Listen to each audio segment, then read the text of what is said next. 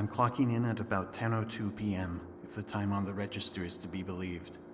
I might have been scheduled for a lunch shift, but it doesn't matter. If you clock in after 10, you automatically get bumped up to overnight pay. $8 whole an hour. It beats $7.25, so I work overnight. Every night.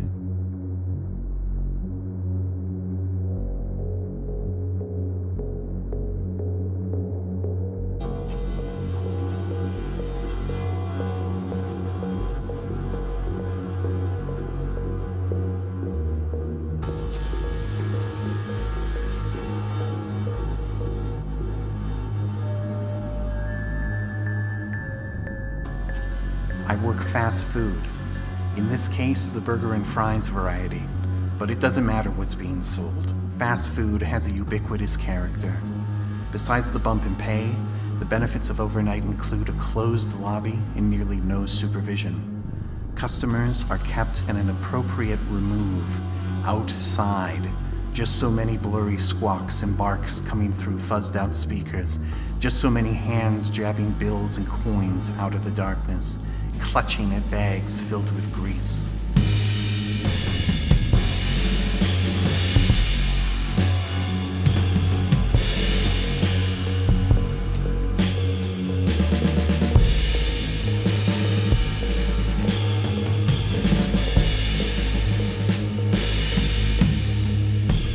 Like every fast food place, we are chronically understaffed. This place operates continuously, 24 hours a day without cessation, with a crew that varies between 8 and 14 people, as far as I can tell. There are 4 of us who work overnight. The rest come in during the day, quit, come back, but it doesn't matter. Fast food is at the forefront of measures to liquidate labor.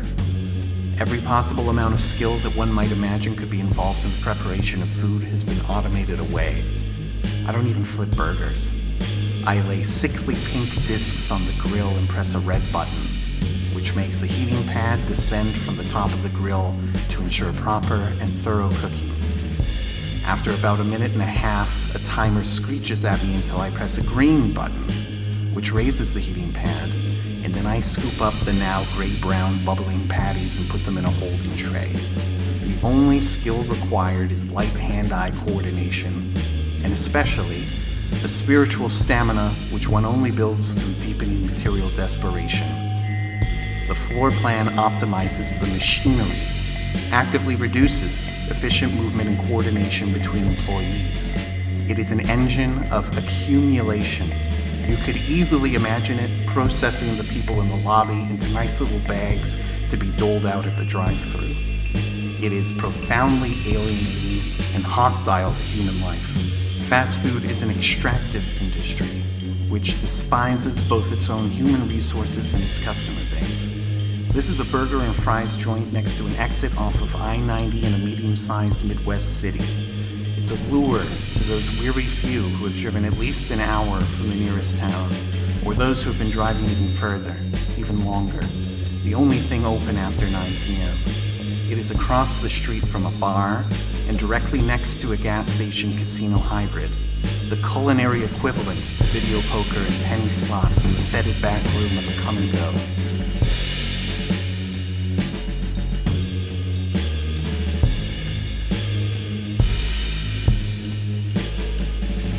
But a wise person once told me you gotta make your nihilism work for you. And the negative space of working at a place like this is the realization that there are no expectations, there are no rules.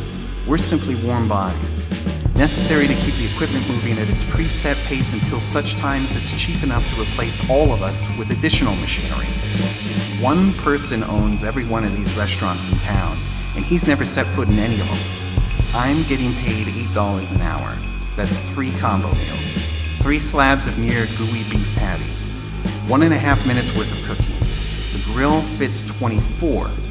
Every batch of patties that I idly observe transform from pink to gray is my entire night's wages. 6 minutes of cooking pays for all of the overnight crew. So long as the patties are moving out the drive-thru window at a sufficient rate, nothing else matters. In the overnight, this is abundantly clear and understood, if unspoken. That's why manager man Matt mostly sleeps in the back office, Why Brent curses and threatens the drunks who stumble up to the window and the gambling addicts who beg for clemency. It's why I make about 240 patties as quickly as humanly possible immediately after clocking in and do absolutely nothing afterward until 6 a.m. And why Adam blatantly tweaks out and skitters across the floor like a spider. This was not something I understood off the bat. My first week at this place, I showed up to the shift I was assigned. I tried to follow the rules. I tried to balance navigating this charnel house with my classes. I was 18 and stupid. My first overnight, it clicked into place. Adam, grotesque, vicious, and pugilistic as he is, provided invaluable instruction. But Adam is the worst. I made the mistake of admitting I'm taking college classes by day. This prompted him to call me 4.0, which wasn't my GPA in high school and certainly isn't my GPA in college. This is not a nickname. It is not met endearingly. Adam harangues me at every opportunity. My only recourse to keep him at bay is to clean the grill, which I do whenever he's within eyesight, for 7.5 hours a night, every night. In short order, the grill is immaculate. I would venture the cleanest in an 800-mile radius, but it doesn't matter. Adam is 24 and has a girlfriend who is 15. She sits in his car in the parking lot many nights, until boredom and resentment compel her to call him, then to bang on the back door, then to ostentatiously argue and make up with each other, and then to slither out to his car together. He returns, manically relates his exploits, gratuitous details and pantomimes mixed with his usual facial spasms. I try not to hear, try not to comprehend, most of all, try not to visualize. Just keep scraping the grill, wiping the front, draining the grease trap. Try to find melodies within the beeping and buzzy hum of the grill.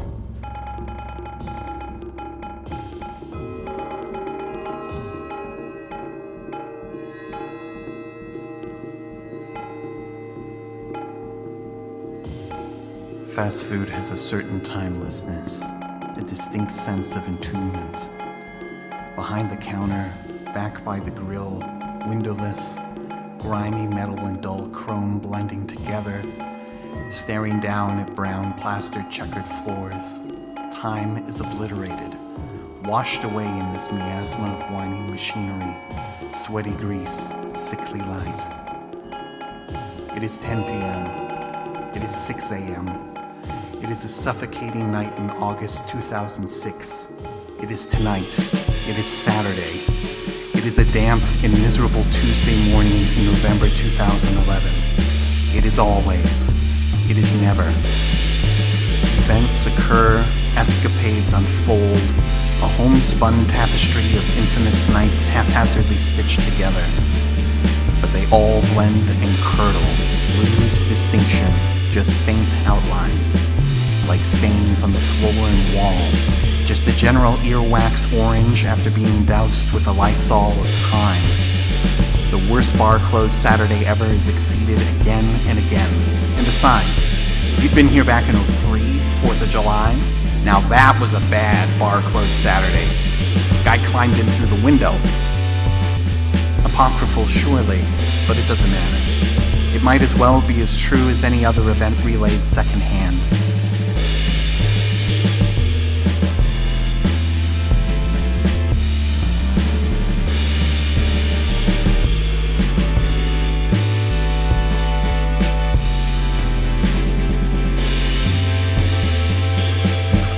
Your soul start to bend and stretch into the nooks of eternity. Cobwebs girding the creaking joists. 95 seconds click away and beep across the world. Red and green buttons are pressed by every hand on earth. The angry drunks come and bang on the window a million times in muffled cacophony. The till slowly fills with crumpled bills and sweaty quarters. You feel your body start to turn to rock. Your knees crack with each step. Your gait gets all fucked up. Your back slowly ceases up over months, years. You have time to lean and clean. You no longer experience direct sunlight. You are no longer in school. There are no more classes. Your mind begins to swirl. Being called 4.0 makes even less sense than on that first night, but Adam still does it with sneering glee. He doesn't know to call it ironic, but he knows that it is indeed so. You finally get to know Brent a little bit and discover that your suspicions are confirmed, and he's basically getting blasted pretty much every single night. But he shares his booze with you. He shares his weed with you. He calls it talking to corporate. You shiver and fumble with a lighter, hooting on a one-hitter in the freezer. Time folds on itself, seeps through the crevices in your mind in pools and subconscious chambers. You are no longer 19. You are no longer 21. Life is a film spooled around your fingers, the same image slowly seeping past with only infinitesimal changes. Life is the same eternal week. There is the dawn you glimpse through bleary eyes, torpid slumber on the couch, TV with the blinds down and the lights off, the night's languid fingers clutching the dusk, the interminable march back to work, the unpleasant and dispiriting blur of overnight. But you have flashes of lucidity. Friends weave in and out of your mental periphery, shindigs that always get out of hand. There is thunder. There is snow. There's a morning where you wake up in the gazebo in the park, frost-bitten and wheezing. There's the weekend where you don't go to work at all, when you're going to do those things that your pale and sickly conscience pleads with you to do, or at least to try. There's the Saturday you go to the bar across the street, bang on the glass, double bird Adam through the window, try to grab him and pull him out onto the street. There's another morning where you wake up in the gazebo, bruised and bleeding.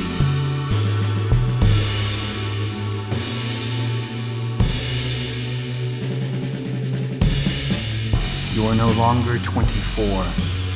Adam has a 5-year-old daughter. Sometimes he has her wait out in his car. You are now wholly ossified. Adam stopped giving you shit years ago. You have no respect for each other, but there's an unspoken understanding of mutually assured destruction. You have both tested and reaffirmed this arrangement several times.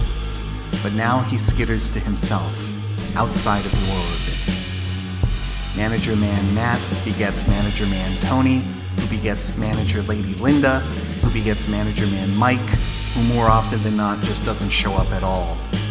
You drink with Brent.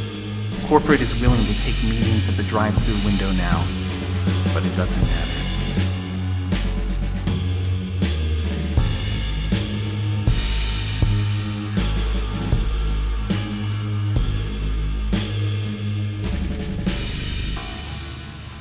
But you do have flashes of lucidity.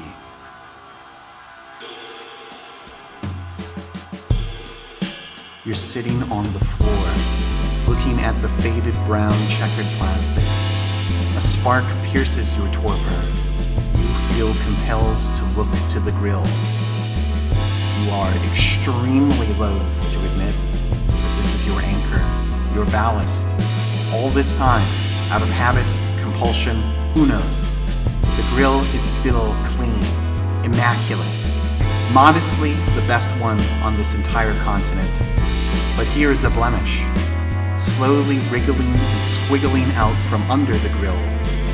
Here is a cockroach.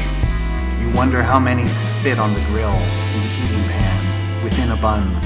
How many green buttons pressed to cover your wages and roaches.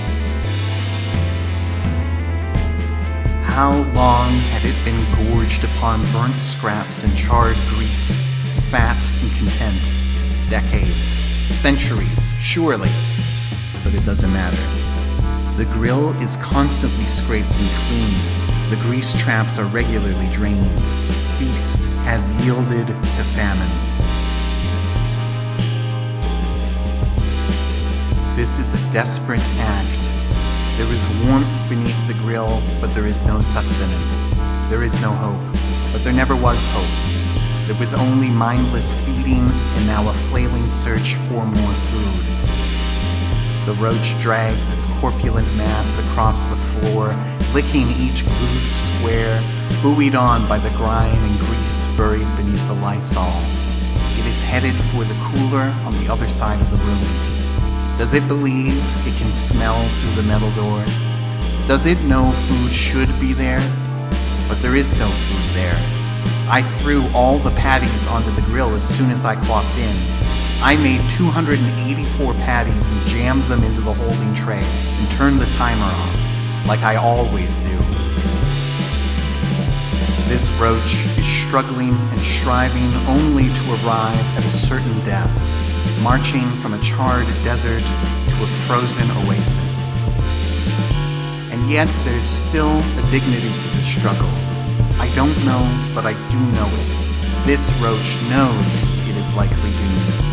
It knows it will be entombed in ice, forever suspended in its desperate hunger. Yet here it is, certain that each lick of the floor will provide more than a whiff of grease, pushing ever on, showing more spirit than anything else in this place in years. And then suddenly years peel away, and with them the floor and the grill and the walls, and this flash of lucidity becomes a blinding light which tears through the fabric of memory and reality, and mountains rupture through the earth, and meadows grow and wither, but grow again in their shadow, and the valleys are lush and verdant, and the film spools again rapidly. The scenes play on, forward and backward and forward, but each time forward a new gesture, a new action, a new resolution. And the moon winks and casts beams across the sky and lassos the stars, and comets weave nets of stardust, and there is eternity and nothing and now all blended together. The grass and shrubs of the valley give way and reveal flower-clad paths, so many, winding and twisting in many directions, and the sun returns, and the warmth touches my bones, and the rocks give way, and the heart renews its beat, and gray and pink and faded brown give way to full spectrum, vibrance, and sunbeams and stardust glitter upon a bramble path, and the heart stirs and flutters, and sensations long dormant and entombed breathe life again.